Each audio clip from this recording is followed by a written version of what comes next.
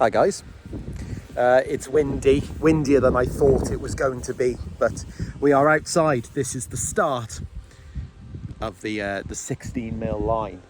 Now, when I told you about it, I said it was going to have it's going to start up there, which it is going to do, but I'm not going to start making it up there. I'm going to start this side, because what I thought I'm going to do is have the line will run around. We'll go around. This path here goes around the pond like this, which is nicely overgrown at the moment. Like this, round the pond, and then back up that side. So if you can see, it's this loop here. So what I'll do is I want to set a loop around the pond, and when it comes over this side, back around here, it will go from the loop into I'm thinking like a triangle of track, and then shoot back up there. So actually you can run it as an end to end, but if I just want to run the train or give the kids a go, it can run around the pond line and switch between. So the first thing I need to do is cut the grass back, give that a nice trim for a start, and then I'm going to have to start trimming the actual hedgerow so I can start seeing where I'm going to dig. I've been to pick ballast up today, so that can I'm ready to go. I just need to start cutting the lawn and can't be bothered. Right, I'll get the lawn done and we'll come back. So what I've just done is I've got the strimmer out, and I've tried to strim a path where I think would make most sense for the line to go. So you can see this carnage just here. This is like the footpath round that goes round to the pond. So if you're following there, look, you can see, oh look, I've put some track just to see how the corners will look, and actually they're pretty good. Which what I don't want is really tight corners that I have to slow the trains down for and things like that. Now coming up here, this is where the path goes to the pond, and this is where the track will carry on through all this land. I will end up ripping it up and scaping it with smaller plants and things to make the railway look a little bit more in scale. Now this is one of the wagons. I don't know if I've shown them on the channel yet, but I don't live too far from the welshpool&llanfair railway, probably 15 minutes. So I've decided that it'd be nice to make this railway really focused on that stock. So you might have seen the engine. I've got a Bayer Peacock, which is in need of a conversion into the GWR green instead of the black, because I prefer the green. That'll come probably in the winter. I've got two of these opens now. I've also got a little flat. I've also got a covered van and also a guards van. And last week I picked up a Pickering coach as well. I can only afford the one, unfortunately, and they had, I think, 4. So I will want a minimum of 2, I think, because I have seen them run with 2 with wagons on the back. So we'll see about that. Right. So again, this is where the track's going. It's, don't you just love? Yeah, you do, don't you? I don't even have to finish thinking. There, okay, so you can come up here. Now there's a little bit of a bank here, which I've noticed, but what I'm going to do is when we get to laying the track, I'm going to, there it goes all the way around there, look. What I'll do is I'm going to lay like a sub base of soil and tamper it down, and then I'm going to start ballasting on top of that. And hopefully what that will do is it'll allow me to, like where there's a really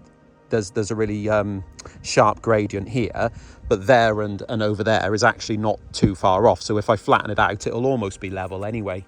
So that'll be good.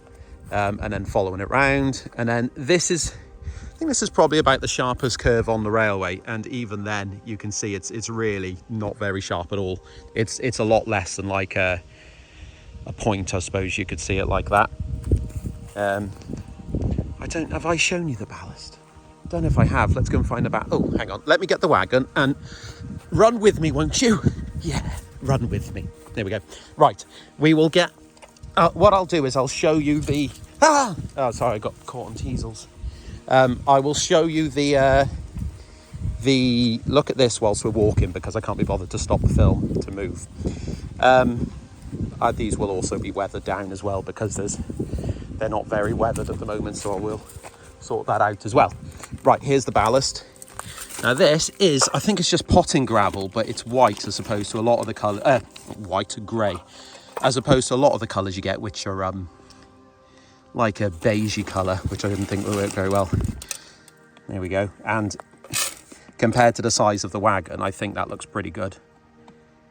I've got probably about 10 litres of PVA and, well, I would say an abundance of water in a tap, but since the weather we've had recently, there's not that much in there. So what I'll probably do is get some soil down and start tampering that, and hopefully we'll get a little bit of track laid finally in this video. Right, so I want to start laying the track, and I've started with a sub base of, this is just like gravel, just like really cheap gravel. And what I'm doing is I'm setting this is where we are now. This is that really tight corner I mentioned before.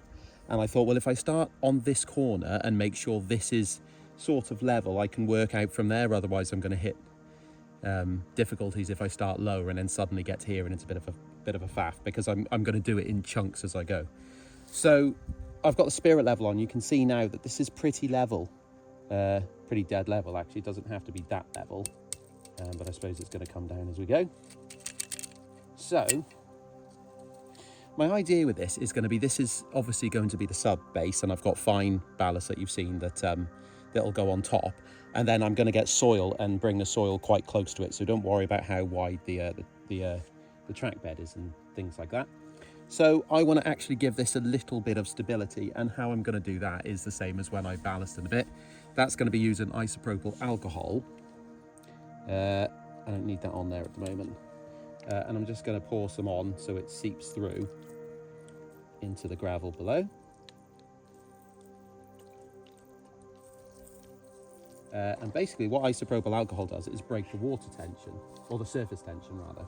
And this is a ballast, like a ballast track setting mix.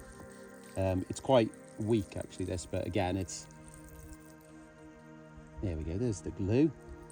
Eesh. This is a mix of PVA, water, and a little bit of your